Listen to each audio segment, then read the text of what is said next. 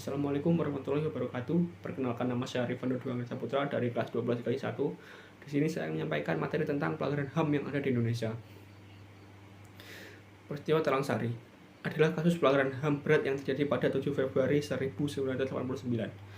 Nama Talang Sari diambil dari tempat terjadinya peristiwa ini. Talang Sari adalah sebuah dusun di desa Raja Basa Lama, Jepara, Lampung Timur. Peristiwa Talang Sari terjadi karena penerapan asas tunggal Pancasila di masa Orde Baru. Saat itu pemerintah, polisi, dan militer menyerang masyarakat sipil di Talang Sari. Catatan Komnas HAM, peristiwa Talang Sari menewaskan 130 orang, 77 orang dipindahkan secara paksa, 53 orang haknya dirampas secara sewenang-wenang, dan 46 orang mengalami penyiksaan.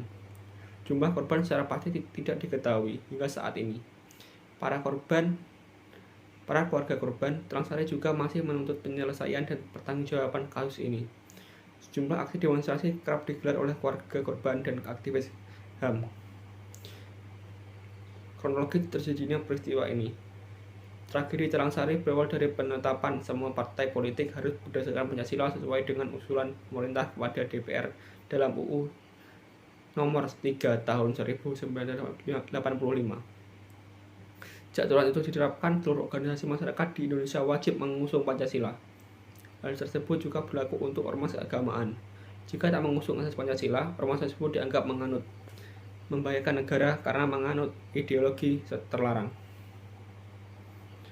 Hal ini terjadi pada kelompok kecil bernama Usroh yang diketuai Abdullah Sungkar. Kelompok Usroh diburu oleh pemerintah Orde Baru. Kelompok ini melarikan diri ke Lampung. Di Lampung, Usroh bergabung dengan pengajian Warsidi, seorang petani sekaligus guru ngaji.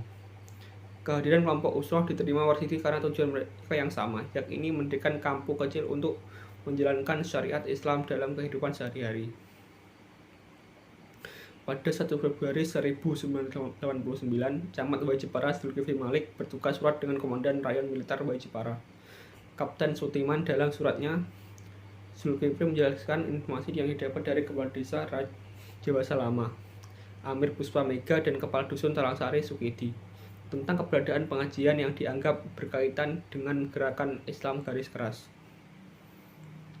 Kapten Sutiman meminta kepada Kepala Desa untuk mengawasi Warsidi dan kelompoknya. Laporan dari Kepala Desa terkait aktivis kelompok Warsidi diteruskan ke Kodim Lampung Tengah, Mayor Olwan Sinaga. Mayor Olwan mengirimkan jumlah anggotanya mengawasi kelompok Warsidi ke Dusun Talang Sari. Kedatangan para anggota Kodim menyebabkan bentrokan dengan masyarakat hingga menewaskan Kapten Sutiman. Pada 7 Februari 1989, sekitar pukul 4 pagi, militer menyerang Talang Sari.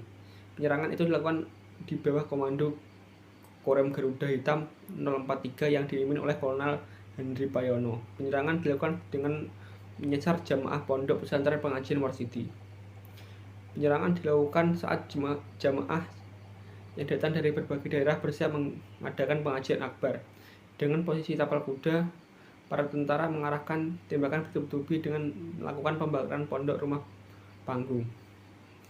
Diduga rumah panggung tersebut berisi ratusan jamaah yang terdiri dari bayi, anak-anak, ibu hamil, serta orang tua sebanyak 256 jamaah.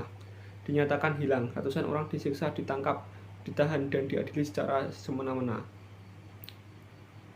Pasca peristiwa itu, Talang Sari ditutup untuk umum dengan penguasaan tanah berada di bawah Korem Garuda Hitam. Perkembangan peristiwa Talang Sari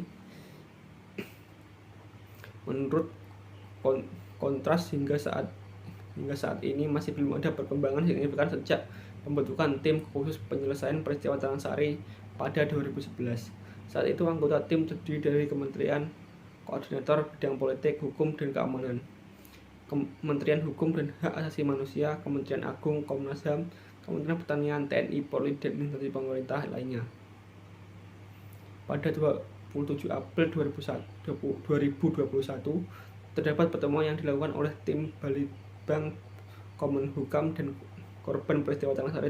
Namun, pertemuan dikecam paguyuban keluarga korban Talang Sari Lampung dan kontras karena dilakukan tanpa berkoordinasi ataupun mengundang paguyuban secara layak. Sekian yang bisa saya sampaikan. Bila ada salah kata mohon maaf. Wassalamualaikum warahmatullahi wabarakatuh.